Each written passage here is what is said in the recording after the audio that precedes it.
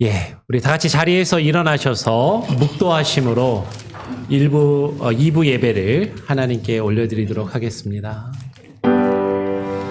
주의 거룩하신 임할 때 새 은혜 넘치네. 모든 제사하신 하나님 주 앞에 나서 있네. 외치세 거룩 거룩 거룩 놀라운 주 이름. 거룩하신 하나님 참엄한 주의 통치. 주님 앞에 나의 모든 것이 변하네.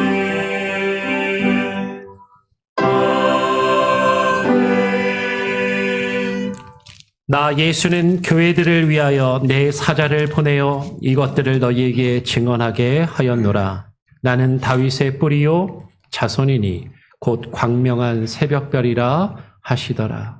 하나님 아버지 감사합니다. 광명한 새벽별로 어둠 가운데 우리에게 밝은 빛을 비추어 주시는 예수 그리스도의 그 보혈과 그 십자가의 능력을 바라보며 오직 주님 앞에 나와 주님을 찬양하며 예배하기를 원하오니 주님, 그 광명한 새벽별로 우리의 왕으로서 우리의 주권자로 이 자리 가운데 좌정하여 주시며 임하여 주시고 주의 영광의 빛을 비춰 주시옵소서. 오늘 예배 가운데 함께하여 주시고 우리의 마음과 생각을 흐트러뜨리며 주님을 향하여 집중하지 못하게 하는 모든 것들이 예수 그리스도의 이름으로 결박을 풀고 떠나가게 하여 주시며 오직 주님을 향하여 우리가 예배하며 주님을 향하여 나아갈 때 주님을 깊이 만나게 하여 주시고 주님의 음성을 듣게 하시고 주님과의 깊은 교제 가운데 들어가 주의 뜻을 깨닫고 분별하며 주의 뜻을 이루어갈 수 있는 힘과 능력으로 우리에게 부어 주시옵소서. 예배의 처음과 끝을 온전히 주님께 맡기고 의탁드리오며 우리 구주 예수 그리스도의 이름으로 기도합니다. 아멘. 우리 함께 찬양하죠. 찬송가 38장입니다. 예수 우리 왕이여라는 찬양인데요. 원래 복음성가인데 많이 부르던 가사하고 약간 다릅니다. 우리 찬송가 그대로 찬송가 약간 다르지만 가사가 다르지만 찬송가로 불러보도록 하겠습니다. 38장입니다.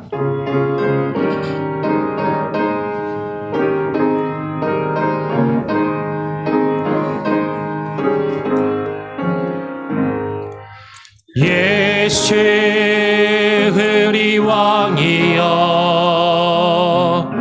이곳에 오셔서 우리가 함께 드리는 영광을 받아주소서. 우리는 주님의 백성 주님은 우리 왕이라. 왕이신 예수님 오셔서 좌정하사 다스리소서. 예수 우리 주시여 이곳에 오셔서 우리가 주께 드리는 찬양을 받아주소서. 우리는 주님의 종들 주님은 우리 주시라. 주 대신 예수님 오셔서 이 찬양을 받아주소서. 아멘. 성시교독 33번입니다. 성시교독 33번 시편 72편을 함께 교독하도록 하겠습니다. 하나님이여 주의 판단력을 왕에게 주시고 주의 공의를 왕의 아들에게 주소서. 그가 주의 백성을 공의로 재판하며 주의 가난한 자를 정의로 재판하리니 의로 말미암아 산들이 백성에게 평강을 주며 작은 산들도 그리하리로다. 그가 가난한 백성의 억울함을 풀어주며 궁핍한 자의 자손을 구원하며 압박하는 자를 꺾으리로다. 그들이 해가 있을 동안에도 주를 두려워하며 달이 있을 동안에도 대대로 그리하리로다. 그는 벤 풀 위에 내리는 비같이 땅을 적시는 소낙비같이 내리리니 그의 날에 의인이 흥왕하여 평강의 풍성함이 달이 다할 때까지 이르리로다. 그가 바다에서 바다까지와 강에서부터 땅 끝까지 다스리리니 다같이 모든 왕이 그의 앞에 부복하며 모든 민족이 다 그를 섬기리로다. 아멘. 사도신경으로 우리의 신앙을 하나님과 또 사람들 앞에 함께 고백하며 나아가도록 하겠습니다. 전능하사 천지를 만드신 하나님 아버지를 내가 믿사오며 그 외아들 우리 주 예수 그리스도를 믿사오니 이는 성령으로 잉태하사 동정녀 마리아에게 나시고 본디오 빌라도에게 고난을 받으사 십자가에 못 박혀 죽으시고 장사한 지 사흘 만에 죽은 자 가운데서 다시 살아나시며 하늘에 오르사 전능하신 하나님 우편에 앉아 계시다가 저리로서 산자와 죽은 자를 심판하러 오시리라. 성령을 믿사오며 거룩한 공회와 성도가 서로 교통하는 것과 죄를 사하여 주시는 것과 몸이 다시 사는 것과 영원히 사는 것을 믿사옵나이다. 아멘. 예, 자리에 앉으셔서 찬송가 303장을 한 장 더 찬양하고요. 우리 강연희 집사님, 우리 2부 예배를 위해서 대표로 기도해 주시도록 하겠습니다.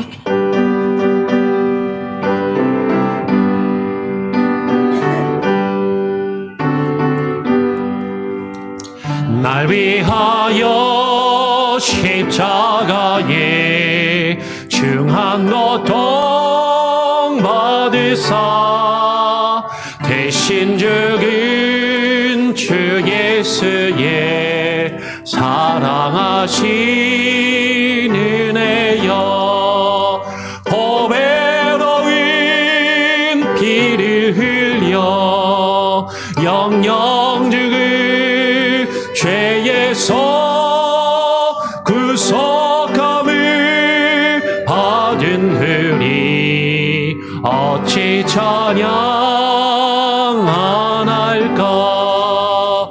예수 안에 있는 우리 한량없이 즐겁고 주 성령의 위로함이 마음속에 차도나 전국의 목소리 같은 은혜로운 그 말씀 끊임없이 듣는 우리 어찌 찬양 안 할까.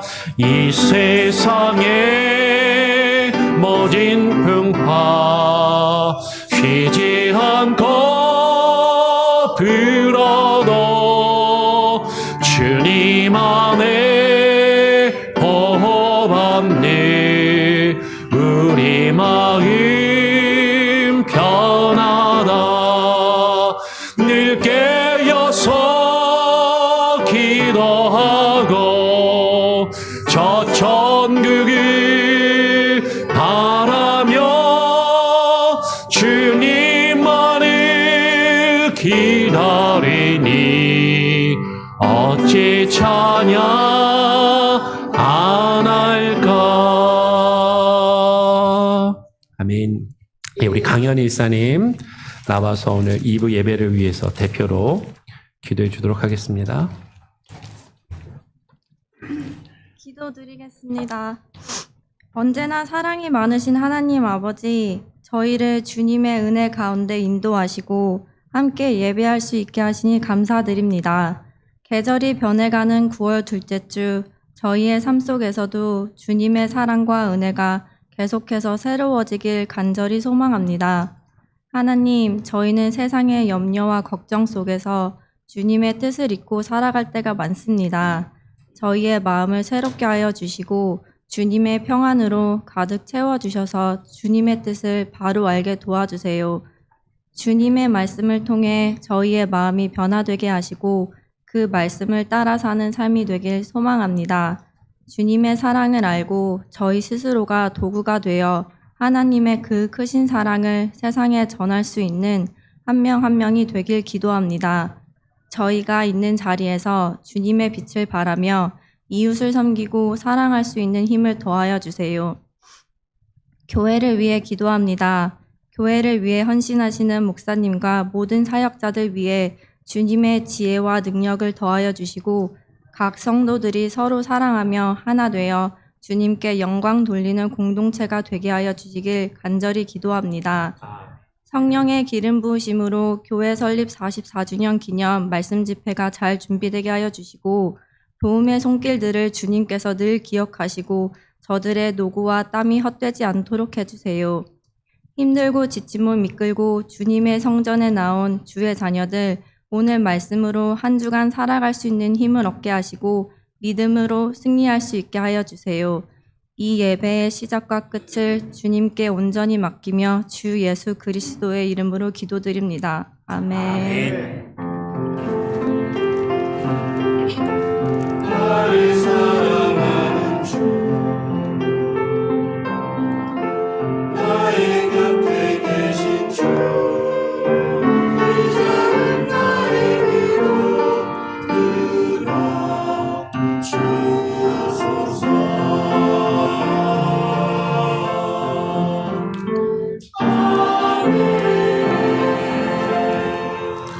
오늘 우리에게 주시는 하나님의 말씀은 민수기 24장 15절부터 19절까지의 말씀입니다. 민수기 24장 15절부터 19절까지 말씀을 같이 교독으로 읽도록 하죠. 제가 먼저 15절을 읽겠습니다.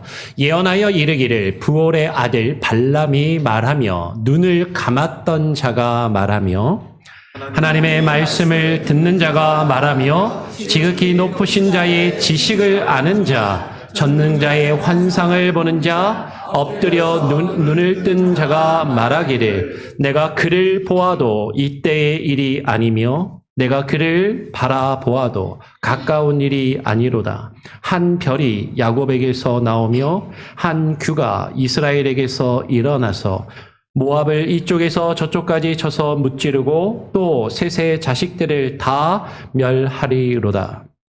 그의 원수 에돔은 그들의 유산이 되며 그의 원수 세일도 그들의 유산이 되고 그와 동시에 이스라엘은 용감히 행동하리로다. 19절도 같이 읽겠습니다.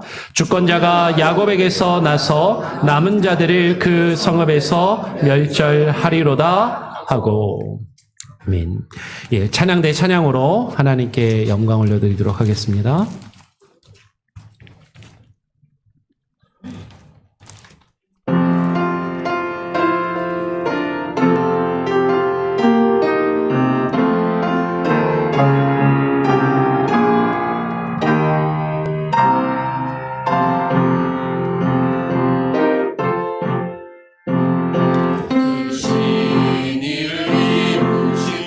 하나님께 큰 영광과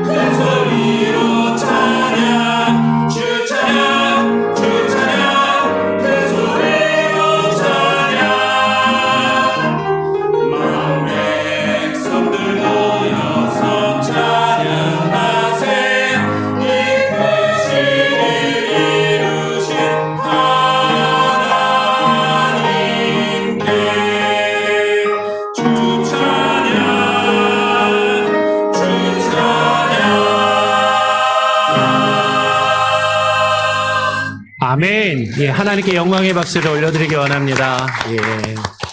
오랜만에 성가대석이 꽉 찬 그런 느낌입니다. 그렇죠? 예. 예.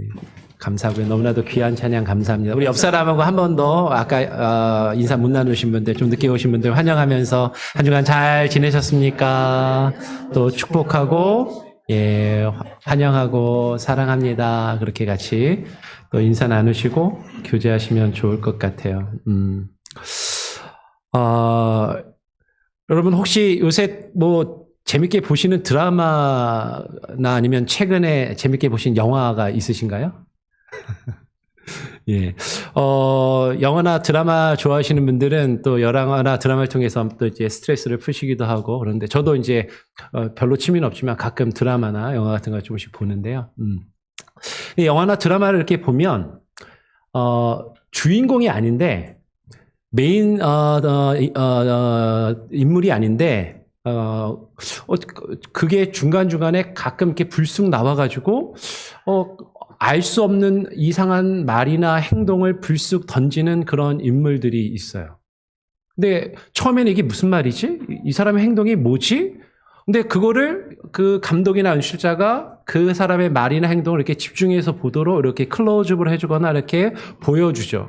그리고서는 조금 이게 무슨 말인가 이해가 잘 안 됐는데 그 말이나 행동이 앞으로 일어날 일에 대한 독선이나 그 앞으로 일어날 일을 암시적으로 이렇게 알려주는 그런 내용이나 힌트들을 이렇게 담고 있는 거죠. 그래서 영화나 그 드라마를 맨 마지막 부분에 가면 그때 나왔던 그 내용이 지금 이 장면이랑 이 결론이랑 이렇게 연결이 되는구나라고 그렇게 연결이 되는 경우들이 간혹가다 있습니다. 그래서 그 드라마나 영화를 재밌게 보고 좋아하는 사람은 그냥 한 번 보고 끝내지 않고 어떻게 하죠? 다시 한 번 봐요.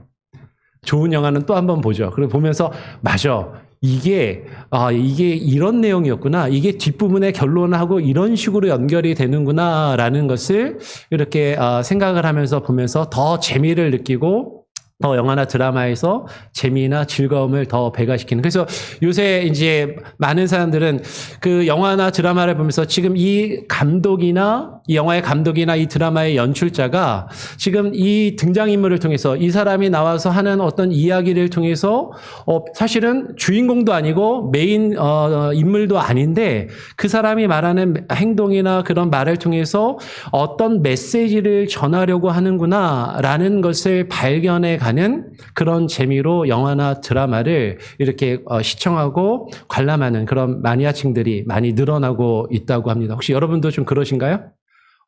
영화나 드라마를 보면 그냥 가볍게 지나가던 그런 일들이 나중에 보면 이게 이 별로 사실 그 사람 자체는 별로 중요하지 않은 사람인데 그 사람이 했던 말이나 행동이 이 영화의 전체 주제나 메시지하고 이렇게 연결이 되는구나라는 것을 그 이후에 발견하고 알게 되는 경우들이 종종 있다라는 거죠. 왜 이 말씀을 드리냐면 여러분 지금 우리가 오늘까지 발람이라고 하는 선지자를 3번째 말씀을 보거든요. 근데 이 발람 선지자가요, 첫 시간에도 말씀을 드렸지만 그렇게 대단한 사람이 아니에요. 불의의 삭슬 사랑해서 악한 길을 따라갔던 사람이라고 그러고, 그리고 하나님 보시기에 악한 모습을 했고, 이방인의 선지자였고, 뭐 이렇게 대단하고 훌륭한 일을 한 것도 아닌 것 같은데, 민수기에서 이 민수기 이스라엘 백성들의 출애굽의 여정의 광야 생활 가운데 3장에 걸쳐서 이 발람 선지자에 대한 이야기가 기록되고 있다라는 거죠. 사실 별 볼 일 없는 사람인데 3장에 걸쳐서 이 사람의 이야기를 하고 있으니까 저도 사실은 제가 이제 눈치를 빠르신 분들은 알겠지만 목사님이 그냥 한 장 챕터 바이 챕터 이렇게 나가는구나. 그래서 이 발람 선지자에 대한 이야기가 3장에 걸쳐서 이야기가 있으니까 저도 오늘까지 3번에 걸쳐서 설교를 준비하고 하는 것이죠. 그런데 다시 한번 우리는 생각해 봐야 되는 거죠.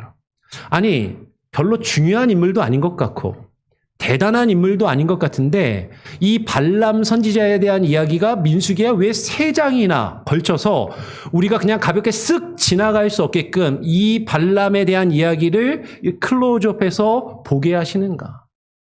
이것을 왜 이렇게 이 이야기를 길게 우리에게 굳이 설명하고 있는가라고 할 때 분명히 이 성경 전체의 저자가 되시고 이 세상의 역사를 주관하시는 어떤 이 세상의 감독이 되시고 연출자가 되시는 하나님께서 사실은 별로 메인 캐릭터도 아니고 중요한 인물도 아닌 이 발람이라는 선지자를 통해서 우리에게 뭔가 주시고자 하는, 말씀하시고자 하는 메시지가 있다라는 거죠.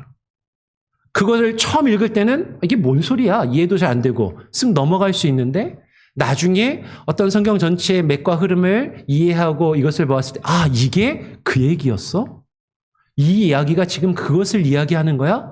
라는 것을 발견해 갈 때 하나님께서 우리에게 주시는 그 말씀을 더 풍성하게, 더 깊이 있게 이해하고 경험할 수 있게 될 수 있다라는 거죠. 그래서 이 우리 성경 전체의 저자가 되시고 지금 이 성경이 우리에게 말해주고 있는 이 성경에 담겨 있는 이스라엘의 역사의 주관자가 되시는, 우리의 삶의 주관자가 되시고 총 감독이 되시고 연출자가 되시는 그 하나님께서 지금 무엇을 우리에게 이 발람 선지자를 통해서 말씀하시고자 하는가를 한번 생각해보고 고민해보는 그런 시간을 갖기를 원합니다. 이 발람 선지자가요, 우리가 앞에서 나누었던 것처럼 발락이라는 왕이 불러다가 이스라엘 백성들을 3번이나 저주하도록 시켰지만 3번 저주하지 않고 어떻게 해요? 저주하지 않고 대신 축복의 말을 하죠. 축복의 말을 하고 발람과 발락이 크게 싸우고 갈등을 일으키고 이 발람 선지자가 발락 왕을 떠나게 됩니다. 둘이 헤어지게 되죠. 둘이 헤어지게 될 때 이 발람 선지자가 한 번 더 하나님의 말씀을 받아서 예언을 하는 내용이 오늘 우리가 지금 같이 읽은 말씀이에요. 그런데 아까 3번 저주하라고 했을 때 저주를 하지 않고 3번 축복의 예언을 먼저 했었는데 맨 마지막으로 3번째 예언을 한 그 예언의 말씀하고 그리고 헤어지기 직전에 한 번 더, 4번째로 지금 예언을 하고 있는 이 말씀의 내용을 보니까 발람 선지자가 앞에서 이야기하는 내용이 지금 똑같은 말을 앞에서 2번 반복하면서 그 어떤 그 구조적으로 병행을, 패럴렐리즘을 이루고 있는 것을 보게 됩니다. 3절하고 4절의 내용하고 그리고 15절하고 16절의 내용이 똑같이 반복이 되면서 그 동일한 구조를 보이고 있는 것을 보게 되죠. 그러니까 3절에 보니까 이렇게 이야기를 합니다. 한번 보여주세요. 3절에 발람이 예언합니다. 그가 예언을 전하여 말하되 부올의 아들 발람이 말하며 눈을 감았던 자가 말하며 하나님의 말씀을 듣는 자, 젖는 자의 환상을 보는 자, 엎드려서 눈을 뜬 자가 말하기를 이라고 이야기를 해요. 이 3절하고 4절이 다시 이 3번째 예언을 할 때 처음 시작할 때 나왔던 요 표현이 뒤에 가면 15절, 16절에서 4번째로 헤어지기 직전에 한 번 더 예언을 한 그 15절, 16절에서도 반복을 하고 있다라는 것이죠. 근데 지금 3절에서 부올의 아들 발람이 말하며 라고 하면서 이 부올의 아들 발람을 가리켜서 표현하는 첫 번째 표현이 뭐예요? 눈을 감았던 자가 말을 하고 있다라는 것이죠. 눈을 감았던 자. 이 발람은 어떤 사람이었냐면 우리가 앞에서도 살펴봤던 것처럼 이 발람은 본래 하나님에 대해서, 하나님의 말씀에 대해서 눈을 감았던 사람입니다. 하나님을 바라보지 않고 하나님을 보지 못하고 하나님의 말씀을 듣지 못하던 그런 사람이었다라는 것이죠. 그런데 그가 이제 하나님 앞에 엎드려서 눈을 뜨고 하나님을 바라보고, 앞에서 우리가 이야기했던 것처럼 나귀를 타고 발락 왕에게 나아갈 때까지만 해도 자신 앞에 있는 여호와의 사자를 보지 못했단 말이에요. 근데 나귀를 통해서 눈을 뜨고 자신 앞에 있는 여호와의 사자를 바라보고 그를 통해서 하나님의 말씀을 듣고 그것을 깨닫고 이제 그 말씀을 전하게 되더라라는 것이죠. 오늘 15절, 16절에도 이것이 동일하게 반복이 되고 있어요. 15절 한번 볼까요? 15절에서도 예언하여 이르기를 부올의 아들 발람이 말하며 눈을 감았던 자가 말하며 라고 이야기를 하는 것이죠. 우리는 여기서 우리가 지난주에 함께 나눴던 내용을 다시 한번 발견할 수가 있습니다.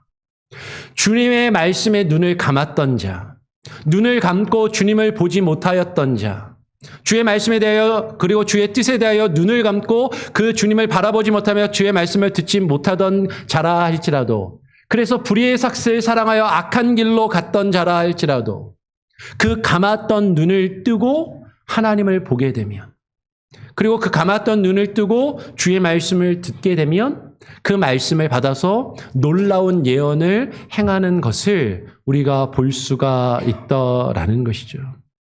주의 말씀에 눈을 감았던 자가 이제는 눈을 뜨고 하나님의 말씀을 듣고 그 젖는 자의 환상을 보며 그것을 전하게 되더라라는 것이죠. 그러면 다시 아까 영화에서 말씀드렸던 것처럼 영화에서 보면 전체 스토리에서 보면 메인 캐릭터가 아니에요. 별 볼 일 없는 사람이에요. 그 사람 자체가 어디서 왔고 어떤 일을 하는 사람인지 영화나 이런 데서 별로 설명하지도 않고 별로 중요하지도 않은 것 같아요. 그런데 그 사람을 통해서 그 감독이, 그 연출자가 그것을 보는 이로 하여금 느끼고 깨달아 알 수 있도록 전달하고자 하는 어떤 분명한 메시지가 있고 그것을 전달하는 도구로 사용할 수 있다라는 것이죠. 오늘 16절은 이렇게 이야기를 합니다. 그 눈을 감았던 자였던 그 발람을 가리켜서 하나님의 말씀을 듣는 자가 말하며 지극히 높으신 자의 지식을 아는 자, 전능자의 환상을 보는 자라고 지금 이야기를 하고 있다라는 것이죠. 여러분 여기서 16절 안에서 보면 하나님의 말씀을 듣는 자, 지극히 높으신 자의 지식을 아는 자라고 이야기를 해요. 누가 지극히 높으신 자의, 그 지극히 높으신 하나님의, 전능하신 하나님의 지식을 아는 자인가? 그는 하나님의 말씀을 듣는 자가 그 하나님의 지극히 높으신 그 자의 지식을 알고 말할 수 있다라는 것이죠. 다르게 이야기하면 눈을 뜨고 하나님을 바라보며 주의 말씀을 듣지 않는다면 그가 아무리 우리의 눈에 볼 때, 세상의 기준으로 볼 때 훌륭해 보이고 대단해 보이고 똑똑해 보이고 한다 할지라도 그가 하나님의 뜻을 깨달아 알 수 없다라는 것이죠. 눈을 뜨고 하나님을 바라보며 하나님의 말씀을 듣는 자가 그 지극히 높으신 자의 지식과 뜻을 알며 그분이 보이신 그 환상을 바라보며 그것을 전할 수 있다라는 것이에요. 비록 이 발람은 불의의 삭슬 사랑하여서 악한 길로 갔던 별 볼 일 없는 사람이지만 심지어 그런 사람을 통해서라도 하나님께서는 하나님의 말씀을 그에게 보게 하시고 그것을 전하게 하시는 도구로 사용하실 수 있다라는 거죠. 이 역사의 주관자가 되시는 하나님께서 죄악된 사람을 불러서 사용하시고 그를 통하여 놀라운 하나님의 뜻을 전하게 하실 수 있음을 우리는 분명히 발견할 수 있다라는 거예요. 오늘 발람의 예언을 보면 이 발람이 아주 놀라운 예언을 합니다.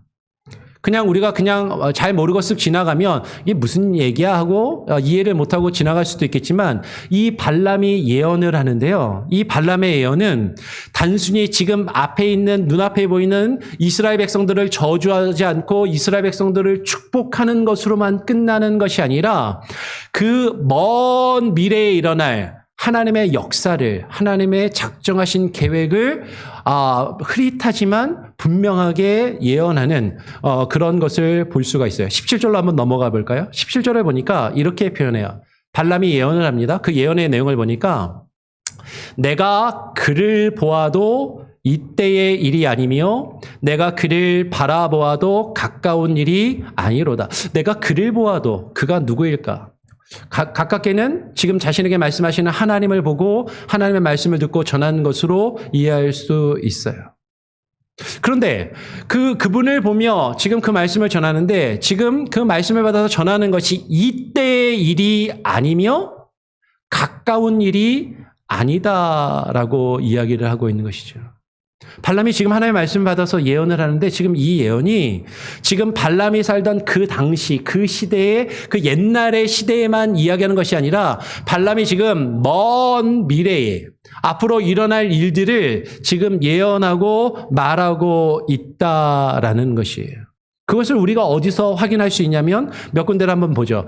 조금 건너뛰어서 22절을 보면 이렇게 이야기를 합니다. 22절에 보니까 22절은 그 성경을 보시면 제가 자막은 준비를 안 했지만 겐 족속에게 그 겐 족속을 바라보면서 겐 족속을 향해서 예언을 하는데 그러나 가인이 쇠약하리니 나중에는 아수르의 포로가 되리로다라고 말하는 그런 내용이 있는 것이죠. 창세기 15장 19절에 보면 지금 겐 족속을 향해서 이야기를 하는데 이 겐 족속을 향해서 가인이라고 표현하고 있거든요. 근데 이 겐 족속은 어떤 족속이냐면 하나님께서 아브라함을 부르시고 아브라함과 언약을 맺으시면서 아브라함에게 약속의 땅을 주시겠다라고 언약을 주실 때 하나님이 아브라함에게 약속하신 약속의 땅, 그 가나안 땅에 살았던 족속들이 쭉 열거가 되는데 그 족속들 가운데에서 겐 족속이 한 족속으로 이름이 열거가 된다라는 것이죠.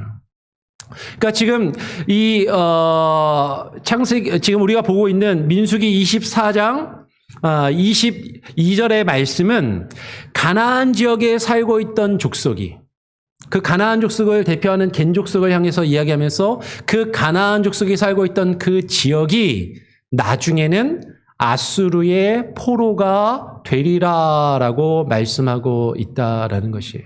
지금 우리가 새벽 예배에 지금 이스라엘의 역사의 뒷부분을 쭉 성경을 통독하면서 읽고 있습니다. 그러면서 이스라엘의 역사를 보게 되면 이스라엘이 나중에 어디에 멸망을 하죠? 아수르라는 제국에 멸망을 하게 되거든요. 이스라엘이 이 아수르라는 제국에 멸망하게 됩니다. 이스라엘과 이스라엘을 포함하고 있는 그 팔레스타인 지역, 가나안 지역에 이스라엘뿐만 아니라 그 지역에 있는 그 온 땅과 그 족속들이 가나안의 아수르의 점령이 되고 그 아수르의 포로로 끌려가는 그런 사건과 일들이 벌어지더라라는 거죠. 지금 그것을 이야기하고 있는 거예요.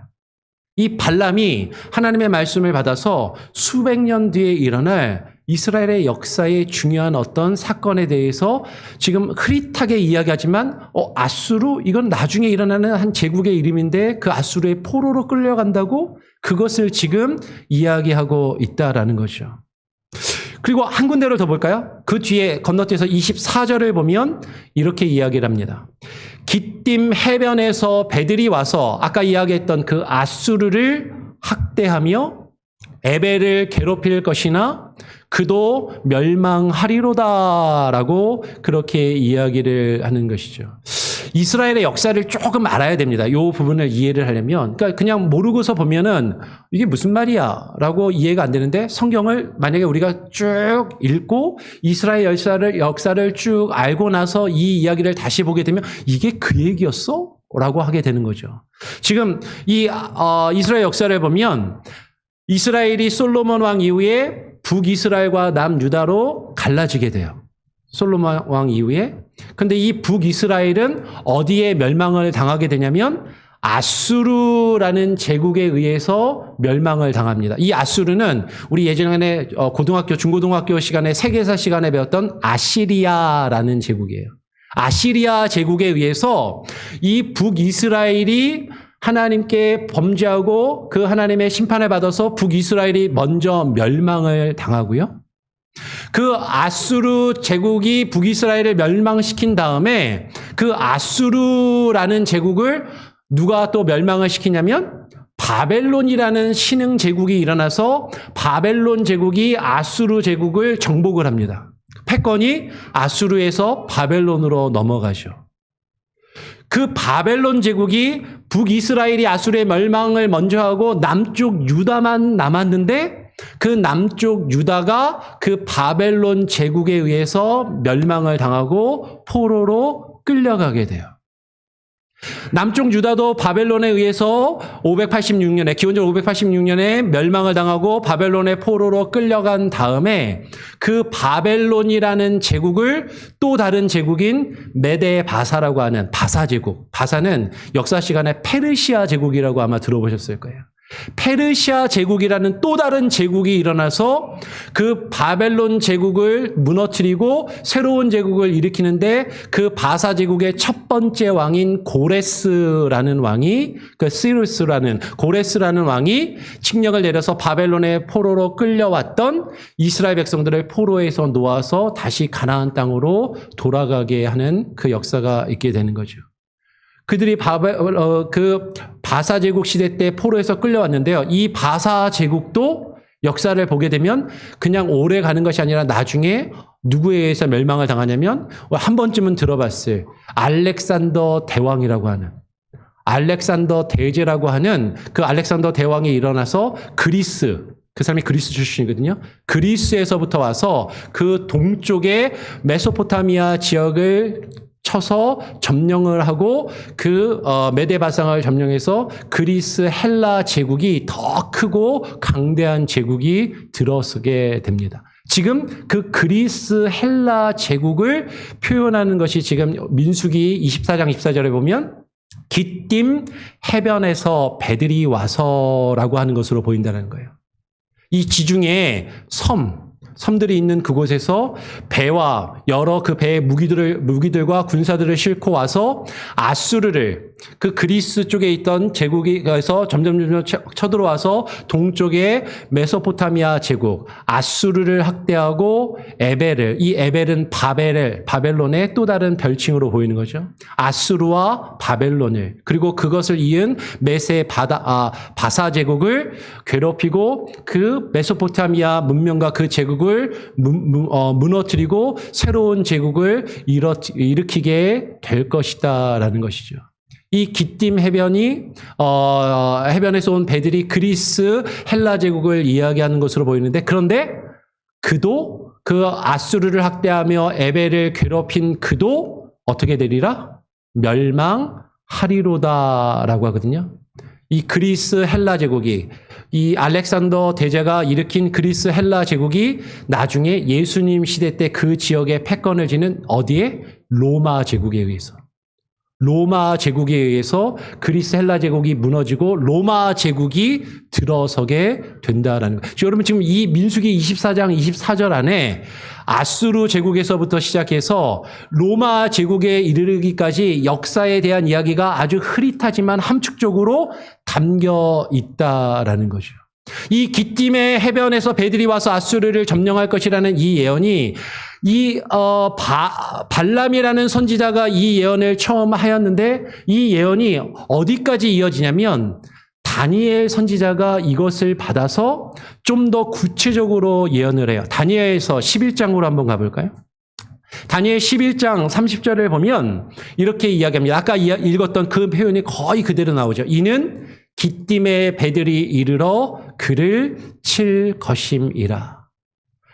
발람 선지자가 앞으로 일어날 그것들을 예언을 하였는데 그 예언을 지금 다니엘이 이어받아서 그 일들을 더 구체적으로 다니엘서 11장에서 더 복잡하고 더 구체적인 예언의 말씀을 하고 있다라는 거죠. 지금 여기까지 얘기하니까 많은 분들이 목사님 복잡해요. 뭐 이렇게 어렵습니까? 다니엘서 11장에 대한 이야기를 하려고 하면은 이제 더 복잡하고 더 힘들겠죠. 그래서 다니엘서 11장의 얘기를 지금 할 건 아니고 지금 뭘 얘기하려고 하는 거냐면 지금 무슨 얘기를 하는 거예요? 하나님께서 불의의 삭스를 사랑하였던 이방인 선지자인 이 발람을 통해서 정말 별 볼 일 없고 아무것도 아닌 이 선지자를 통해서 그가 하나님을 보고 하나님의 말씀을 들은 다음에 하나님의 말씀을 받아서 앞으로 역사에 일어날 일들을 쫙 한 번에 함축적으로 보여주더라라는 거죠. 이야기하더라라는 거죠. 근데 역사를 모르고 이걸 보면 안 보여요. 근데 나중에 보니까 이게 그 얘기였어? 라는 그런 장면이 이야기되고 있더라라는 것이죠. 여러분 하나님께서는 말씀을 전하는 사람, 이 발람은 아까 계속 얘기를 드리지만 이 발람이라는 선지자는 뭐 대단하고 훌륭한 사람이 아니에요.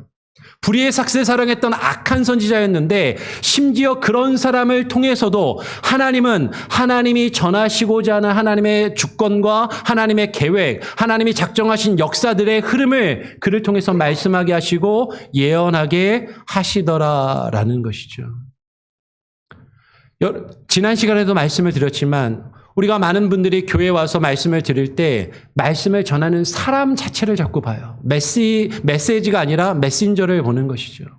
아, 저 목사님 되게 좋은 목사님이래. 저 목사님 설교가 그렇게 좋은 설교래. 근데 그 사람을 보고 그 설교를 들으면 그러면 사실 안 된다라는 것이죠.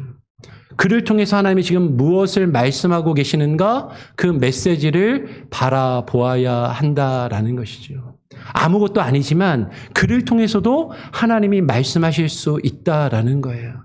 역사의 주관자가 되시고 역사를 이끌어 가시는 이 세상의 온 우주를 주관하시는 이 온 우주의 역사의 총감독이 되시고 총연출자가 되시는 하나님이 어떠한 의도로 지금 누구른가를 통해서 우리에게 무엇을 말씀하고 계시는지 우리는 귀 기울여 바라보며 그것을 볼 필요가 있다라는 것이죠. 그런데 지금 이것을 왜 이렇게 길게 이야기했냐면 이 발람이 이 예언을 하면서 지금 앞으로 일어날 먼 미래에 대한 이 사건에 대해서 쭉 이야기를 하는데 그 이야기 가운데 핵심은 사실 뭐냐면 그 발람이 본 그 예언 가운데 그가 본 그분은 앞으로 오실 야곱에게서 나실 한 별, 한 규, 그 통치자의 지팡이를 쥐고 올 주권자가 나올 것이라는 예언을 이 발람이 하고 있다라는 것이죠. 아까 읽었던 17절로 다시 한번 돌아와서 17절 말씀을 한 번 더 볼까요? 발람이 이렇게 이야기를 합니다. 내가 그를 보아도. 발람이 지금 그분을 보고 있어요. 근데 그분에 대해서 보고 이야기를 하는데 이때의 일이 아니다라는 거예요. 내가 그를 바라보아도 내가 그분을 바라보면서 그분에 대한 지금 하나님의 환상을 보여주시고 그것을 이야기하는데 지금 그것이 가까운 일이 아니다라는 거죠. 그분이 누구이냐면 그분은 한 별. 야곱에게서 그 한 별이 나오며 한 규가 여기서 규는 뭐냐면 왕이 통치할 때 다스리는 왕의 지팡이를 이야기합니다. 왕의 호를 이야기하는 것이죠. 그 한 규가 이스라엘에게서 일어나서 모압을 이쪽에서 저쪽으로 쳐서 무찌르고 또 셋의 자식들을 다 멸하리로다라고 이야기를 하고 있어요. 오늘 보니까 많은 분들이 좀 피곤하신 것 같아요. 내용도 조금 어려운데 조시는 분들이 많은데 근데 한번 이게 잘 집중해서 들어보시길 바랍니다. 지금 이 한 별은요. 이 한 별은 1차적으로는 누구를 이야기하냐면 다윗을 이야기를 해요. 유대인들은 이 발람의 예언을 1차적으로 다윗이 성취했다라고 받아들였습니다. 왜냐하면 한 별이 일어나서 한 규가 이스라엘에게 일어나서 누구를 쳐요? 모압을 이쪽에서 저쪽까지 쳐서 무찌를 것이다 라고 했는데 모압을 누가 쳐서 무찌렀냐면 다윗 왕이 일어나서 무찌렸거든요. 사무엘하 8장 2절을 보면 이렇게 기록해요. 사무엘하 8장 2절을 보면 다윗이 또 모압을 쳐서 그들로 땅에 엎드리게 하고 지금 이 한 별, 이 한 규, 한 왕이 일어날 것인데 이 왕은 하나님께서 세우실 한 왕은 다윗 왕을 말하고 그 다윗을 통해서 이 예언이 이루어졌다라고 유대인들은 1차적으로 믿고 받아들였다라는 것이죠. 1차적으로 이 예언은 발람의 예언은 다윗을 가리키고 다윗을 통해서 이루어집니다. 그런데 우리가 이스라엘 역사가 쭉 이어지고 그 역사가 신약에까지 이어진 다음에 신약 성경을 쭉 보고 살펴보게 되니까 지금 이것이 다윗에게만 끝나는 것이 아니라 이 말씀이 누구에 대한 말씀으로 우리가 이해되고 받아들여지냐면 예수 그리스도에 대한 말씀으로 보여진다라는 거죠. 마태복음 2장 2절에 보니까 이렇게 이야기를 해요. 유대인의 왕으로 나신 이가 어디 계시냐.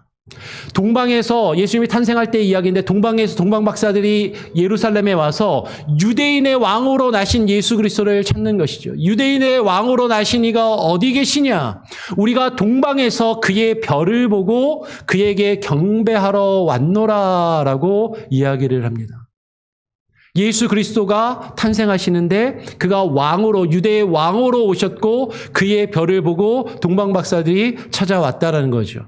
근데 목사님, 이거는 동방 박사들이 별을 보고 예수님의 탄생의 소식을 발견하고 왔다라는 거지 이게 예수님이 별이라는 이야기인가요? 이렇게 물어볼 수도 있잖아요. 그렇죠? 근데 예수님이 뭐라고 말씀하셨냐면 요한계시록에 보니까 요한계시록 22장 16절에서 예수님이 이렇게 말씀하시는 거예요. 나 예수는, 예수님이 말씀하십니다. 나 예수는 조금 건너뛰어서 나는 다윗의 뿌리요 자손이니 곧 광명한 새벽별이라 라고 말씀하시는 거죠. 예수님께서 내가 다윗의 뿌리요 자손으로 왔다. 유대인들은 다윗 왕이 그 발람이 예언한 그 예언의 성취자라고 이야기하고 혹은 다윗의 자손으로 메시아가 올 것을 유대인들이 믿고 기다리고 있는데 그 다윗의 뿌리요 자손으로 온 것이 바로 나라고 주님이 말씀하고 계시는 것이죠. 그러면서 나는 광명한 새벽별이다라고 예수님께서 스스로 말씀하고 계신다라는 거예요. 지금 이 예언의 말씀이 예수님에게까지 이어지고 있다라는 것이죠.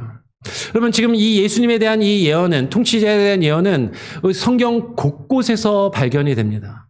창세기로 가게 되면 창세기 49장 10절에서 이제 그 야곱이 마지막으로 자신의 12아들들을 축복하는 그 장면에서 유다 지파를 향해서 축복하며 예언하는 그 장면이 나와요. 유다 지파에게 하는 이야기인데 그 유다 지파에게 규가 왕의 그 지팡이를 이야기하죠. 아까 이야기했던 그 규가 유다를 떠나지 아니하며 통치자의 지팡이가 그 발 사이에서 떠나지 아니하시기를 실로가 오시기까지 이르리니 그에게 모든 백성이 복종하리로다라고 말씀을 하는 것이죠.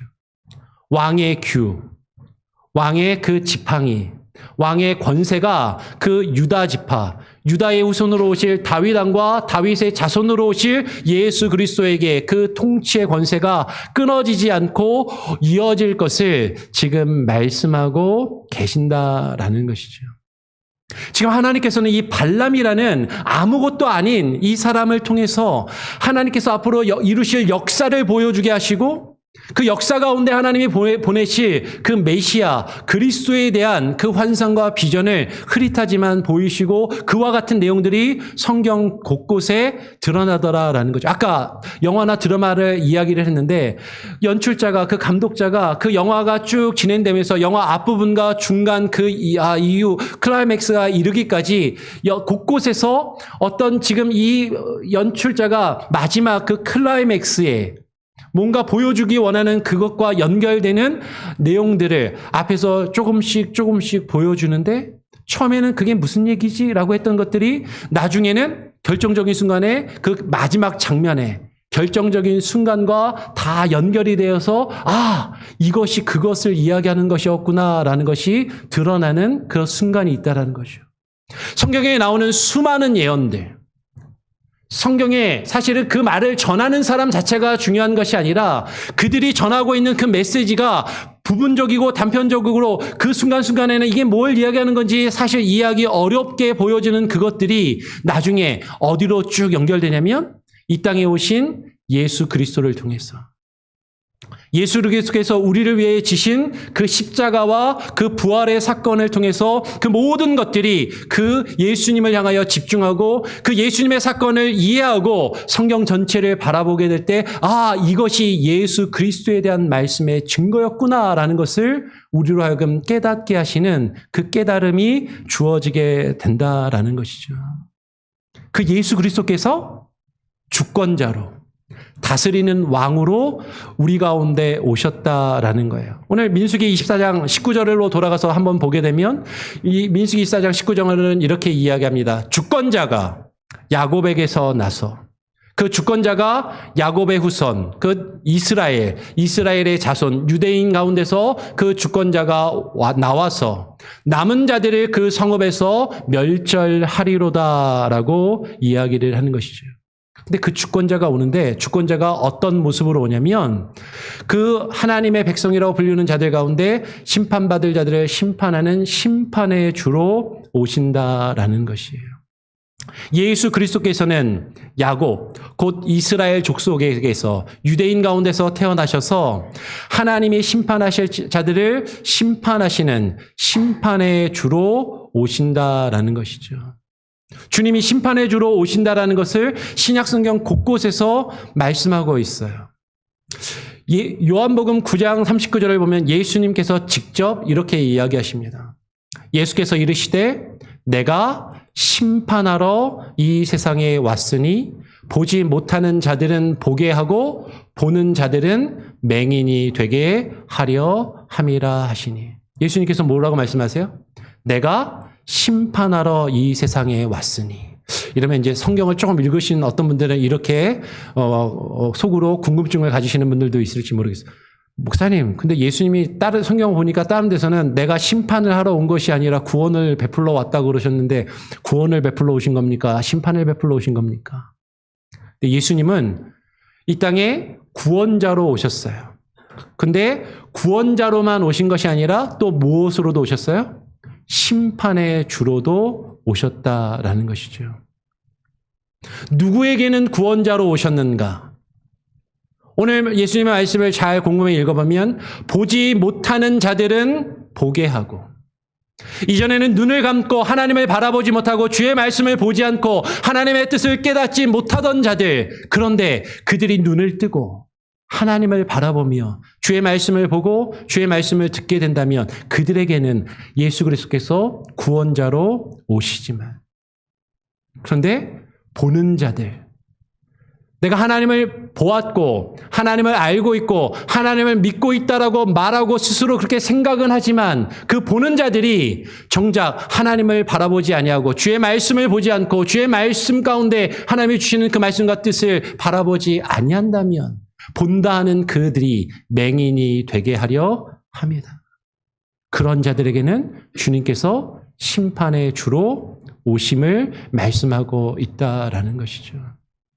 그러면 지금 예수님께서 이 말씀을 이루시기 위해서 어쩌면 발람과 도 같은 자, 불의의 삭스를 사랑하여서 악한 길로 가면서 그 눈이 감기어서 하나님을 보지 못하고 하나님의 말씀을 보지 못하였던 그를 통해서 그의 눈을 뜨게 하시고 그를 보게 하신 그 하나님께서 그를 통해서 하나님과 예수 그리스도를 증거하게 하시는 그 일들을 이루시더라라는 것이죠. 그런데 우리는 발람의 이야기를 통해서 또 다른 교훈을 보게 돼요. 우리가 첫 시간에도 이야기를 드렸지만 발람이 눈을 뜨고 하나님을 봤어요. 하나님의 말씀을 보았습니다. 하나님의 말씀을 들었어요. 그리고 그것을 전했습니다. 그죠? 그런데 그 이후에 보면 민수기에서는 조금 이렇게 가려놨지만 성경 다른 것을 전체적으로 보니까 첫 시간에 우리가 나누었던 것처럼 이 발람이 나중에는 이스라엘 백성들로 하여금 범죄하게 하고, 그죠? 그들이 성적으로 음란하게 하며 우상 숭배를 하게 하는 덫을 그 모압 왕에게 충고하여서 그 죄를 짓게 하는 일을 발람 선지자가 행하더라라는 것이죠. 그는 하나님을 보았고 하나님의 말씀을 받아서 그 말씀을 전했던 사람이지만 그가 나중에는 하나님께 대하여 눈을 감아버리고 하나님의 뜻을 이루는 것이 아니라 하나님 앞에 범죄하는 모습을 행하더라라는 것이죠. 여러분, 우리는 여기서 중요한 것을 발견해야 되는 것이죠. 하나님을 보는 것, 우리가 눈을 감았던 자라 할지라도, 우리가 아무리 악한 모습으로 있었다 할지라도 우리의 눈을 뜨고 하나님을 바라본다면 하나님은 우리로 하여금 주님을 바라보고 주의 말씀을 듣게 하시며 그 말씀을 우리로 하여금 전하게 하세요. 이것은 엄청난 은혜입니다. 이 놀라운 일을 이루실 거예요. 그런데 우리는 그 일을 한번 경험하고 난 다음에 내가 하나님을 봤지. 내가 하나님의 말씀을 받았어. 그리고 하나님의 말씀을 전했지. 그래서 나는 눈뜬 자라고 보는 자라고 생각하지만 그 뒤에 하나님에 대하여 눈을 감고 하나님의 말씀에 대하여 눈을 감는다면 그는 결국에는 맹인으로 하나님 앞에 심판을 받을 수밖에 없는 자라는 것을 우리는 이 발람의 사건을 통해서 교훈을 들을 수 있다라는 거예요. 그러면 중요한 건 뭐예요? 여러분, 계속 말씀을 드립니다. 말씀을 전하는 사람은 아무것도 아니에요. 그를 통해서 그를 통해서 메시지를 전하시고자 하는 온 세상의 주관자가 되시는, 역사의 주관자가 되시는, 역사의 감독이 되시고 연출자가 되시는 그 하나님께서 우리에게 무엇을 말씀하고 계시는지 우리는 그것을 바라보며 그것에 집중해야 한다라는 것이죠. 근데 우리는 자꾸 말씀을 전하는 그 사람 자체를 바라보고 내가 말씀을 전할 때 내가 뭐라도 대단한 사람이라도 된 것처럼 그것 스스로 우쭐대며 하나님 앞에 눈을 감는 자가 된다면 결국에는 하나님 앞에 심판과 멸망을 받을 수밖에 없다라는 것입니다. 한 군데 말씀을 좀 보고 이제 정리합니다. 오늘 이 네 번째 예언 말고 그 앞에 예언에서 세 번째 예언에서 이런 내용을 하죠. 그 주권자에 대해서 민수기 24장 7절의 말씀을 보니까 이렇게 이야기합니다. 이스라엘 백성들을 축복하면서 이스라엘에 대해서 이야기하면서 그 물통에는 물이 넘치겠고 그 씨는 많은 물가에 있으리로다. 그의 왕이 아각보다 높으니 그의 나라가 흥왕하리로다라고 말씀하고 있어요. 여기서 그 물통은 이스라엘, 하나님의 백성, 하나님의 나라를 이야기하고 그 물통에 물이 넘치고 그곳에 씨는 많은 물가에 있으리로다라고 이야기하는데 여러분 이 이스라엘은 지금 성경을 쭉 우리가 볼 때 혈통적인 유대인을 이야기하는 것이 아니라 아브라함을 믿음의 조상으로 받아들이며 그 믿음을 고백하고 하나님과 언약을 맺은 모든 사람들, 그들이 그 이스라엘 하나님의 백성의 물통에 가득하게 될 것이고 그 씨가 아브라함의 씨가 그 물가에 있을 것이다라고 말하는 것으로 보인다라는 것이죠. 그러면서 그 왕이 그 나라를 다스리는 그 왕이 아각보다 높으니라고 이야기를 하는데 여러분 여기서 아각은 누구냐면 아각이라는 인물이 크게 둘이 나타납니다. 첫 번째는 사무엘상 15장에 보면 사무엘이 사울왕에게 아말렉을 진멸하라고 명령했는데 그 아말렉을 진멸하지 않고 돌아올 때 그 사건 기억나시죠? 그 사건 때 그 아말렉의 왕이 아각 왕이에요. 아말렉의 왕. 아말렉의 왕의 이름이 아각입니다. 근데 이 아말렉에 대한 예언이 오늘 발람이 하고 있는 예언에 포함되어 있는 것이죠. 24장 20절을 보면 24장 20절에서 아말렉을 향해서 예언합니다. 아말렉을 바라보며 예언하여 이르기를 아말렉은 민족들의 으뜸이나 그의 종말은 멸망에 이르리로다라고 이야기를 합니다. 그러면 아말렉이 어떤 족속이냐면 이스라엘이 출애굽해서 가나안에 들어갈 때 가나안에 못 들어간 이유가 이 아말렉 족속 때문이에요. 아말렉 족속이 너무나도 힘이 세서 가나안 땅에 이스라엘 백성들이 들어가지 못하게 하는 이스라엘 백성들의 걸림돌이 되었고 장애물이 되었던 그런 민족이다라는 거죠. 이 아말렉이 너무나도 강해서 이스라엘 백성들이 가나안 땅에 바로 들어가지 못하고 40년이나 광야에서 머물 수밖에 없었던 그 족속. 그 아말렉이 비록 강하다 할지라도 그의 왕은 그 아말렉을 다스리는 아각 왕보다 높을 것을 말씀하고 있는 것이죠.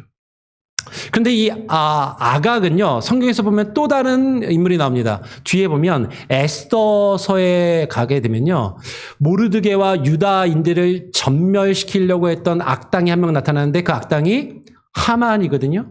이 하만이 아각 사람이라고 기록되고 있어요. 아각 사람. 그러니까 어떤 면에서든 아각은 이스라엘을 대적하며 이스라엘을 공격하고 이스라엘을 무너뜨리려고 하는 어떤 그 세력에 대한 상징적인 표현일 수밖에 없다라는 것이죠. 지금 이 세상에 아무리 강하고 아무리 힘센 그 나라라 할지라도 주님의 나라는, 다시 말씀드립니다, 주님의 나라는 유대인들을 통해서 이어지는 혈통적인 유대인들로 이루어지는 혈통적인 나라도 아니고 이 세상의 어떤 힘있고 강력한 나라보다도 더 강한 이 세상의 어떤 부강한 나라가 아니라 영원한 하나님께서 통치하시는 하나님의 나라임을 말씀하고 있다라는 것이죠. 하나님께서는 지금 이 발람 선지자를 통해서, 발람과도 같은 악한 선지자를 통해서라 할지라도 그 왕 대신 주께서 오셔서 그 주의 나라가 흥왕할 것이라는 것을 다시 한번 그 24장 7절 말씀 한번 보여주시면 좋을 것 같아요. 주의 나라가 흥왕하고 주의 나라가 영원할 것이라는 그 말씀을 주고 계신다라는 것이죠. 하나님의 뜻은 정말로 눈을 감았던 자들, 하나님을 보지 못했던 자들이 눈을 뜨고 하나님을 바라보며 하나님의 나라를 흥왕하게 하고 하나님의 나라를 확장시켜 나가는 그 일들을 이루어가기를 바라신다라는 것이에요. 그것을 위해서 하나님은 발람과도 같은 선지자들을 들어 사용하셔서 하나님의 뜻을 보여주고 계신다라는 거죠. 발람과도 같은 선지자의 눈을 뜨게 하셔서 하나님을 보게 하시고 주의 말씀을 받아 그것을 전하게 하셨는데 하나님이 우리의 눈을 뜨게 하시지 않고 우리에게 하나님의 말씀을 보여주시지 않겠느냐라는 것이에요. 근데 더 중요한 것은 아까도 말씀드립니다. 그냥 그것을 하나님의 말씀을 우리가 단순히 지식적으로 머리로만 듣고 이해하고 넘어가는 것이 아니라 그 하나님의 말씀 가운데 하나님이 우리의 왕이 되시고 예수 그리스도가 우리의 주인이 되시며 그분의 다스리심과 통치하심 가운데 주의 뜻을 이루어가는 하나님의 통치하심과 다스리심을 우리를 통하여 이루시기를 원하신다라는 것을 우리가 깨닫고 그 하나님의 나라를 우리를 통하여 흥왕시키실 하나님의 뜻을 발견하며 그 뜻에 순종해야만 한다라는 것이죠. 지금 그것을 우리에게 말씀하시고자 한다라는 것이에요. 하나님이 여러분 감았던 우리의 눈을 뜨게 하실 것입니다. 그리고 보지 못했던 하나님을 보게 하시고 하나님의 말씀을 듣고 받게 하실 거예요. 근데 그것을 들은 다음에 머리로만 지식적으로만 관념적으로만 이해하고 멈추는 것이 아니라 그 말씀을 증거하며 전파하며 그 하나님의 뜻에 순종하여 하나님의 나라를 하나님의 통치하심을 하나님의 다스리심을 우리의 인생과 우리의 삶 가운데 우리의 가정과 우리의 교회를 통하여 여러분을 통하여 우리 한 사람 한 사람을 통하여 그 일들을 이루어 가시기를 간절히 바라며 그 가운데 순종할 수 있는 저와 여러분이 될 수 있기를 간절히 바라고 축원합니다. 기도하겠습니다. 하나님 아버지 감사합니다. 오늘 이 시간에 눈을 감았던 자가 말한다라는 그 말씀의 제목으로 발람 선지자에 대한 이야기를 3번에 걸쳐서 오늘까지 말씀을 나누었습니다. 하나님, 이 발람 선지자를 통하여 우리에게 주께서 무엇을 말씀하시고자 하는지, 그래서 3장에 걸쳐서 이 이야기를 길게 말씀하셨는지 우리가 고민하게 하시고 깨닫게 하시며 우리의 눈을 뜨게 하시고 그 하나님의 말씀을 통하여 보이지 않던 하나님을 바라보게 하시며 우리를 위하여 이 땅에 오신 예수 그리스도를 바라보게 하여 주시고 그분을 통하여 우리에게 임하실 하나님의 나라, 그 하나님의 나라가 우리 가운데 주어짐을 그 하나님의 나라를 우리가 경험하며 그 나라가 우리를 통하여 주를 통하여 흥왕하게 될 것을 우리가 바라보며 그 하나님의 나라를 세워가며 이루어가는 주님의 귀한 도구들로 사용되게 하여 주시옵소서. 말씀을 전하는 자나 그 말씀에 순종하는 우리가 대단하고 중요한 것이 아니라 그 역사를 주관하시며 역사의 주관자가 되시고 역사의 감독이 되시며 연출자가 되시는 하나님의 작정하심과 하나님의 계획이 주의 뜻대로 우리를 통하여 아무것도 아닌 우리들을 통하여 이루어짐을 깨닫게 하시고 그 뜻에 순종하며 그 뜻을 이루어가는 귀하고 복된 우리의 인생들이 되게 하여 주시옵소서.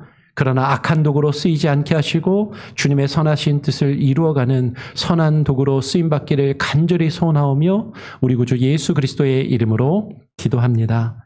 아멘. 찬송가 520장을 찬양하면서 여러분 드린 예물을 하나님께 봉헌하도록 하겠습니다. 520장입니다.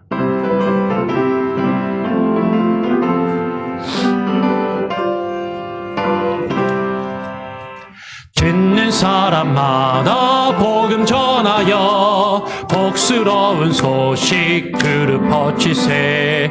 듣는 사람 내게 전할 소식을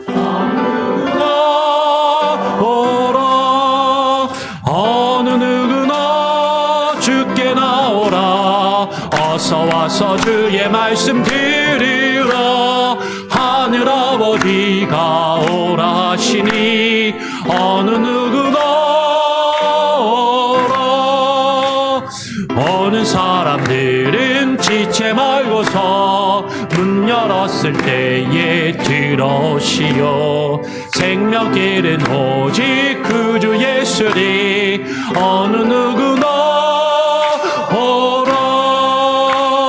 어느 누구나 주께 나오라 어서 와서 주의 말씀 들으라 하늘 하늘 아버지가 오라 하시니 어느 누구나 오라. 언약하신 대로 이룰 것이니 누구든지 그 언약 받을 수 있네. 받은 사람에게 생명이로다. 어느 누구나 오라. 어느 누구나 주께 나오라. 주의 말씀 들으라. 하늘 아버지가 오라 하시니 어느 누구나 오라. 아멘. 드린 예물을 위해서 잠시 기도하겠습니다. 하나님 아버지 감사합니다. 오늘 주께 드린 이 예물을 주님 기뻐 받아 주시옵소서. 우리가 주님 앞에 나와 예배하며 주께서 우리에게 허락하신 그 크고 놀라운 은혜에 감독하고 감사하며 주께서 우리에게 허락하신 모든 것이 주님의 주님의 것임을 고백하는 마음으로 주께 드리게 하여 주시고, 그런 마음으로 주께 드릴 때 우리의 모든 마음과 정성을 주님 받으시며 하나님 우리의 가정과 우리의 인생과 우리의 삶을 우리의 자녀들을 책임져 주시고 주님 선하신 길로 역사하여 주시옵소서. 우리 성도들이 드린 귀한 예물이 하나님 교회를 통하여 주님의 뜻을 이루어가는 데 귀하게 사용되게 하여 주시고 허투루 쓰이지 않게 하시고 물질을 맡은 자들이 두렵고 떨림으로 하나님의 일들을 위하여 하나님 조심스럽게 사용하며 하나님이 원하시는 귀한 열매들을 맺어갈 수 있게 하여 주시옵소서. 우리 교회 사역 가운데 하나님 함께하여 주시고 우리 교회가 원하는 선교사님들과 그들의 사역 가운데 기름 부어 주시며 놀라운 열매 맺음이 있게 하여 주시옵소서. 예물을 드린 우리 성도들과 우리 교회의 모든 사역 가운데 하늘의 신령한 복으로 허락하여 주시며 내려주시기를 간절히 바라오며 우리 구주 예수 그리스도의 이름으로 기도합니다. 아멘. 교회 소식을 전해드립니다. 주보하고 여러분 스크린을 참고하시고요. 마태복음 25장 운동 계속해서 기억해서 여러분 함께 힘써주시고 수요 예배, 새벽 예배도 많이 참여해 주시고 혹시 교회에 나오시기 좀 힘드신 분들은 여러분 교회 우리 유튜브에서 교회 홈페이지를 통해서 유튜브에서 예배를 참여할 수 있습니다. 일부러 시간을 내서 오셔서 예배에 참여하시는 분들도 있는데 오시기 어려우신 분들은 꼭 동영상으로라도 예배에 함께 해주시고 또 말씀을 듣기에 힘써 주시기를 부탁을 드립니다. 그리고 구역 예배가 9월부터 재개되었습니다. 이미 구역 모임을 하신 구역도 있고 아직 못하신 구역도 있을 텐데 시간을 잘 정하셔서 귀한 시간을 가져주시기를 부탁을 드리고요. 오늘 예배를 마치고 여선교회 원례가 있습니다. 여선교회 분들은 그냥 가시지 말고 다 함께 참여해 주시기를 부탁을 드립니다. 생명의 삶, 이제 큐티가 지난주일부터 계속해서 이제 개인적으로 하고 있는데요. 여러분 열심히 안 하던 거 하려면 또 힘드실 수도 있는데 꾸준히 좀 하시고 이제 계속 말씀 묵상하시면서 좀 이해가 안 되거나 어려운 부분들이나 아니면 이게 좀 궁금한 내용들이나 아니면 하나님께서 주신 특별히 은혜 받은 내용들, 이건 너무 은혜로워서 이건 다른 사람하고 같이 나누었으면 좋겠다는 부분들이 있으면 표시를 해두시거나 이렇게 좀 잘 정리를 해주셨다가 큐티 모임을 하는 그 시간에 같이 나눌 수 있도록 해주시면 좋겠습니다. 큐티 모임도 이렇게 계획을 하고 있으니까요. 기억을 해주시길 바라고요. 우리 설립 44주년 기념 집회가 이제 9월 21일, 22일 이틀간 있습니다. 권영경 교수님, 숭실대학교 기독교학과 교수님을 초청해서 우리가 자랑하는 복음이라는 주제로 우리가 이제 하게 됩니다. 토요일 주일 이틀이고요. 토요일 저녁에는 공평하신 하나님, 주일 오전에는 생명의 하나님을 바라보는 믿음, 그리고 주일 오후에 우리를 다스리는 은혜라는 제목으로 말씀을 나누게 될 거예요. 여러분 기대해 주시고요. 제가 이제 교회 포스터를 만들어서 단체 카톡방에 이렇게 올려드렸는데 다 보셨나요? 예, 여러분들 주변에 아시는 분들한테 이렇게 전달을 해주시고, 많이 초대해 주시고, 초청을 해 주시기를 부탁을 드립니다. 제가 그 포스터를 만들어갖고 제 페이스북에다 올렸더니, 페이스북 친구분이신 옆에 계시는 주님의 교회, 유혁재 목사님이 연락을 주셨어요. 꼭 와서 참여하고 싶은데 그날 주님의 교회도 말씀 집회가 있다고 그 주간에 딱 겹친다 그러시더라고요. 또 오시지는 못하는데 이 권영경 교수님 책을 본인이 읽었는데 이분 너무 좋아서 자기도 와서 꼭 말씀을 듣고 싶은데 너무 아쉽다고 저한테 이렇게 연락을 주셨어요. 근데 상당히 이렇게 좋은 목사님이고 좋은 교수님입니다. 그래서 제가 유혁재 목사님께는 집회 끝나고 우리 개인적으로 따로 보자고 네, 그렇게 얘기를 했는데 하여튼 여러분 우리가 초청한 이 강사 목사님이시기도 하고 교수님이시기도 한데 상당히 실력이 있으시고 영향력이 있으신 분이에요. 그러니까는 여러분 주변에 많이 초대해 주시고 같이 함께 모여서 귀한 말씀을 나눌 수 있는 시간을 가질 수 있도록 해주시기를 부탁을 드립니다. 아멘. 우리 다른 혹시 광고 내용이나 전하실 말씀 있으십니까? 예, 하나 더 추가로 주보에서 빠졌는데 오늘까지 독감 예방접종 신청을 받습니다. 이유경 지사님께 독감 예방을 맞기 원하시는 분들은 신청을 해주시고요. 다음 주일에 교회에 오셔서 직접 맞으실 수 있어요. 그래서 보험이 있으신 분들은 그렇게 신청을 해주시면 좋을 것 같습니다. 혹시 다른 내용도 혹시 있으십니까? 없으시면 다 같이 자리에서 일어나셔서 우리 마지막 찬양 함께 찬양하고 제가 축도함으로 오늘 예배를 마치도록 하겠습니다. 나의 가는 길 주님 인도하시네. 나의 가는 길 주님 인도하시네. 그는 보이지 않아도 날 위해 일하시네. 주 나의 인도자 항상 함께 하시네.